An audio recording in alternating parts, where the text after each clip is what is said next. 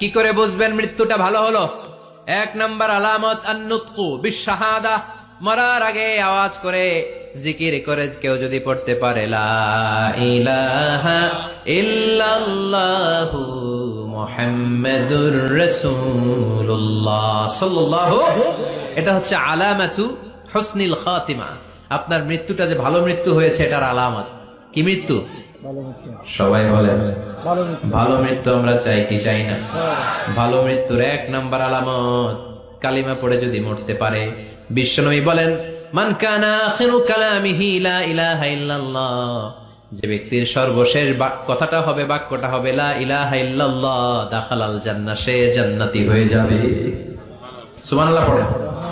এরপরে বিশ্বনবী বললেন আল মুমিনু ইয়ামুতু বিজাবি ইরকিল জাবিন, মুমিন যখন মারা যায় তার কপাল ঘেমে যায়। সুবহানাল্লাহ পড়েন। হাত ঘামে না, পা ঘামে না, মুমিনের কপাল ঘামে। সুবহানাল্লাহ। এজন্য কেউ মারা গেলে কপালের মধ্যে হাত দিবেন, দেখবেন ওই ঘামের মধ্যে একটা জান্নাতি ঘ্রাণ আছে। সুবহানাল্লাহ। আল্লাহ, আমরা যখন মরে যাব আমাদের কপালটা যেন এরকম ঘেমে যায়। আমিন পড়েন আর জোরে আমিন। আল মুমিনু ইয়ামুতু বিআরাকিল জাবিন, মুমিন মারা গেলে তার কপাল ঘামে। কপাল ঘামলে বুঝতে হবে এটা ভালো মৃত্যু, ঈমানি মৃত্যু। চিল্লায় বলেন ঠিক কি না? এরপরে বিশ্বনবী বললেন ফি লাইলাতিল জুমা, জুমার রাতে যদি মরে, আও ফি শাহরি রমাদান, কিংবা রমজান মাসে যদি মরে, আও ফি সাফারিল হজ, কিংবা হজের সফরে যদি মরে। বাংলার জমিন থেকে অনেক হাজিরা হজ করতে যায়, অনেকে ওইখানে যে আরাফাতের ময়দানেও মারা যায়, এরকম হাজি আছে না নাই? খুশনসিব, এটা খুশনসিব। আলহামদুলিল্লাহ পড়ে। এরপরে বিশ্বনবী বললেন মাউতু শাহাদা, আল্লাহর রাস্তায় জিহাদ করে কালেমার বাণীকে উপরে তুলে ধরার জন্য কেউ যদি শাহাদাতের পেয়ালা পান করে, শাহাদাতের মৃত্যুর চাইতে ভালো মৃত্যু আর হতে পারে? শাহাদাতের মৃত্যুর চাইতে শ্রেষ্ঠ মৃত্যু আছে নাকি?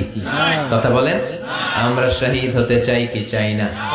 আমাকে শহীদ করে ওই মিছিলে শামিল করে নিও, আমাকে শহীদ করে সেই মিছিলে শামিল করে নিও, যে মিছিলের নেতা মীর হামজা, খোবায়েবে খাব্বাব, আল্লাহর কাছে তারা অতি প্রিয়, শামিল করে নিও, আমাকে শহীদ করে সেই মিছিলে শামিল করে নিও। পড়েন আমিন।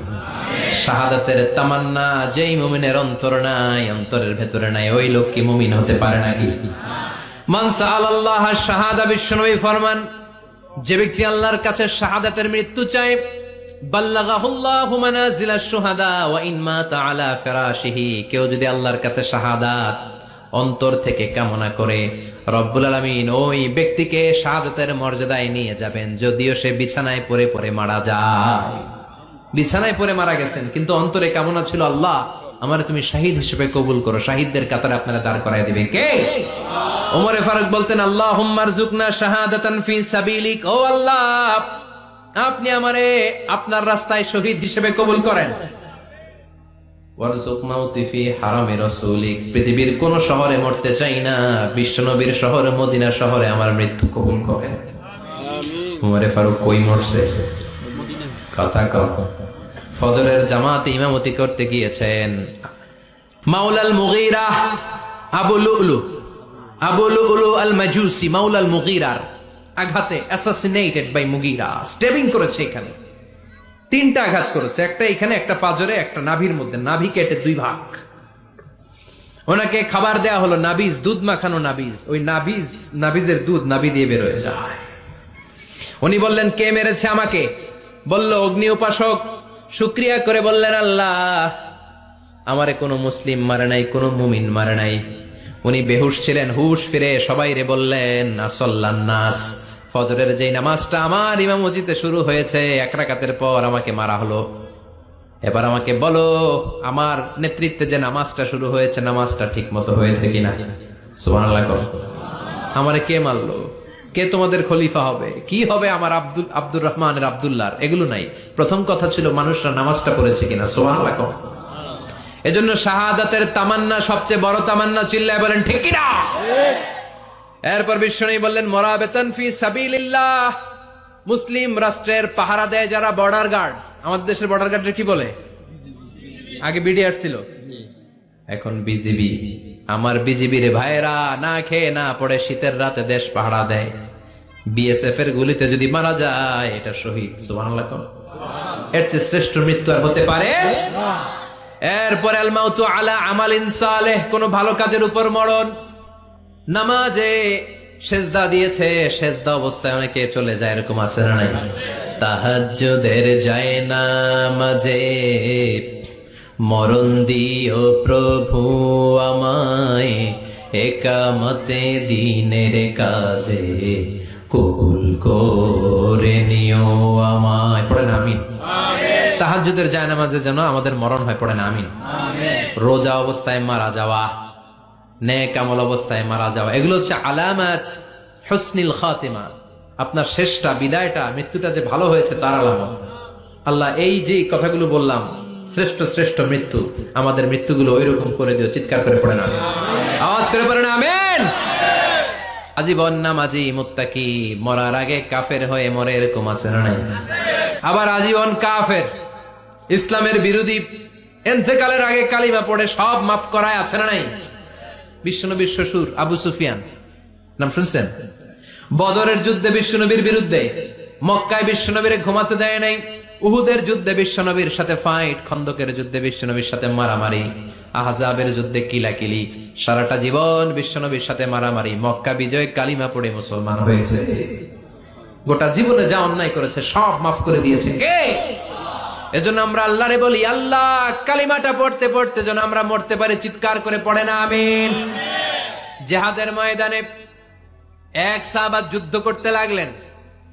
বুখারীর বর্ণনা, যুদ্ধ করতে করতে কাফেরদেরকে মারতে মারতে, হাদিসের ভাষ্য লা ফাযা ওয়ালা শাযা ইল্লা ইয়াদরিবুহা বিসাইফি, তার সামনে যত কাফের আসে সে কচুকাটা করে। অন্য সাহাবীরা খুশি হয়ে যায়, অন্য সাহাবীরা বলে আজকের সব সওয়াব এই সাহাবী পেয়ে যাবে। কিন্তু বিশ্বনবী হঠাৎ করে একটা কথা বললেন, ওই কথা শুনে সাহাবীরা অবাক। বিশ্বনবী বললেন হুয়া ফিন্নার, ও জাহান্নামে যাবে। কই যাবে? জিহাদের ময়দানে এক মুজাহিদ সাহাবী কাফিরদেরকে মেরে শেষ, কিন্তু বিশ্বনবী বললেন কই যাবে? কথা কয় না। এক সাহাবী কয় ঘটনা কি?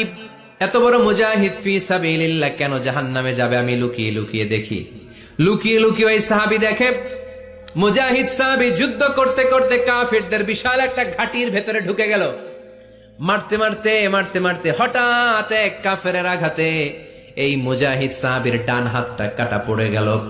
এবার ডান হাত দিয়ে ফিনকি দিয়ে রক্ত বের হতে শুরু করলো। মুজাহিদ সাহাবী আর যন্ত্রণা সহ্য করতে পারে না। যন্ত্রণা সহ্য করতে না পেরে কাতরাতে কাতরাতে নিজের হাতের ছুরিটাকে জমিনের মধ্যে গেড়ে দিয়ে ছুরির উপরে ঝাঁপিয়ে পড়ল। পেটের এই দিক দিয়ে ঢুকে ওপাশ দিয়ে বের হয়ে গেল, এফার হোফার হয়ে গেল, মানে আত্মহত্যা করলো। ঠিক কিনা? জাহান্নামী না? কথা কয়। লুকিয়ে লুকিয়ে যে সাহাবা দেখেছে চিৎকার দিয়ে বিশ্বনবীর কাছে যেয়ে বলে আশহাদু আন্নাকা রাসূলুল্লাহ, ও নবী আপনি যে আসল নবী, কোনো সন্দেহ নাই, আমি লুকিয়ে লুকিয়ে দেখেছি। ওই মুজাহিদ সাহাবা বেঁচে নাই, সে কাফেরের আঘাতে শহীদ হয় নাই, নিজের পেটে নিজে ছুরি ঢুকিয়ে আত্মহত্যা করেছে। আজীবন বিশ্বনবীর সাথী, মরার আগে জাহান্নামী। আমরা কেউ জানি না আমাদের শেষটা কেমন হবে, এজন্য আমাদের শেষটা ভালো হোক। ভেরি সেন্সিটিভ ইস্যু, আমাদের শেষটা ইমানের হোক।